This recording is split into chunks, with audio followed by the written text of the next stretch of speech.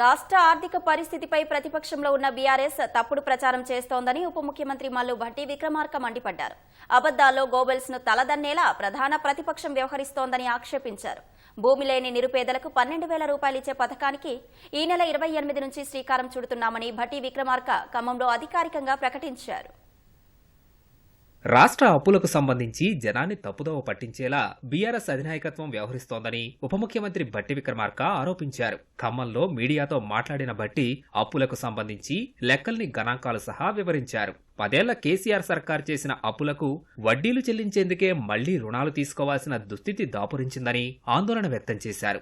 Assembly వేదికగా ఎవరెన్ని అప్పులు చేశారో చర్చించేందుకు సిద్ధంగా ఉన్నామని స్పష్టం చేశారు. రాష్ట్ర ప్రభుత్వం ఇచ్చినటువంటి శ్వేతపత్రంలో ఉన్న అప్పులకు సంబంధించి తప్పుడు సమాచారం ఇస్తూ రాష్ట్ర ప్రజలను తప్పుగా పట్టించడం కోసం ప్రయత్నం చేస్తూ ఉన్నారు.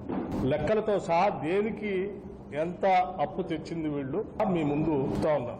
ఎఫ్ఆర్బిఎం లోన్స్ 2014లో 72,658 కోట్లు మాత్రమే ఉంటే 2024 3,89,673 కోట్లు కమర్షియల్ బ్యాంక్స్ నుంచి ప్రభుత్వమే నేరుగా తీసుకున్నట్టుంటాం.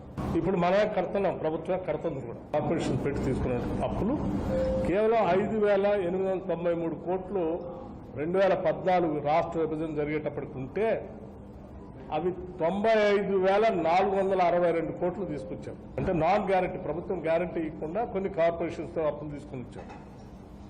అది 2014 కల్లా జీరో ఉంది, అసలు ఏ రూపాయి లేదు వాటి ద్వారా కూడా మళ్ళీ 59,414 కోట్లు తీసుకొచ్చాం.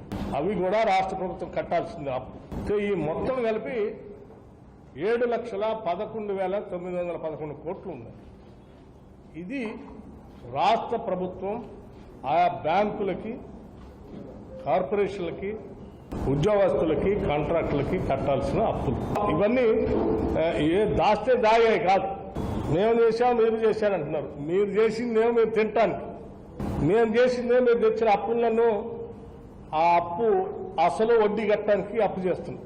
66,772 కోట్లు అప్పు వడ్డీ కలిపి కట్టాం.